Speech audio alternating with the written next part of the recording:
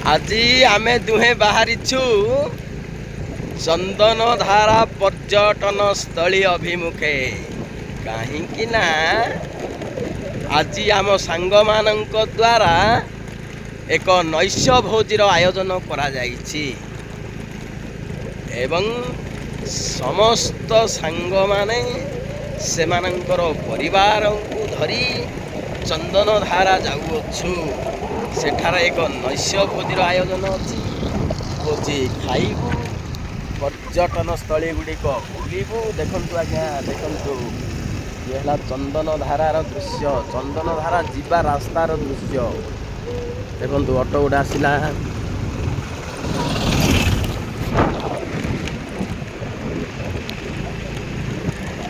ମଜାରେ ଆମେ ଯାଉଛୁ। କି ମଜା ଲାଗୁଛି।